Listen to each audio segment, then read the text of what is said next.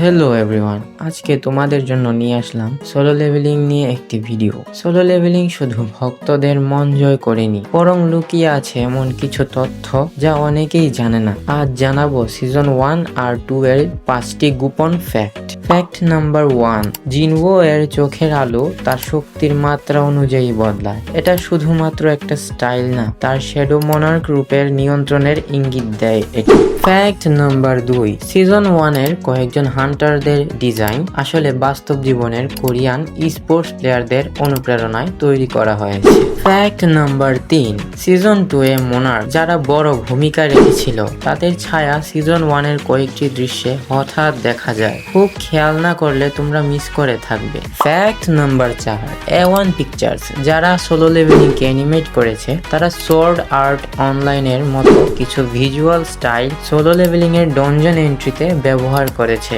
এটা তাদের নিজস্ব পুরনো কাজকে সম্মান জানানোর একটি পদ্ধতি। ফ্যাক্ট নাম্বার 5, জিনভো এর শ্যাডো আর্মিদের আলাদা আলাদা লেভেল এবং স্কিল আছে। লেখক চুগং বলেছিলেন এরা সবাই র্যাঙ্ক আপ করে, ঠিক আরপিজি গেমের মতো। তোমরা হয়তো জানো না, কিন্তু আরপিজি নামক একটি গেম স্টুডিও রয়েছে। এর ব্যাপারে তোমরা গুগলে রিসার্চ করলে ডিটেলস পেয়ে যাবে।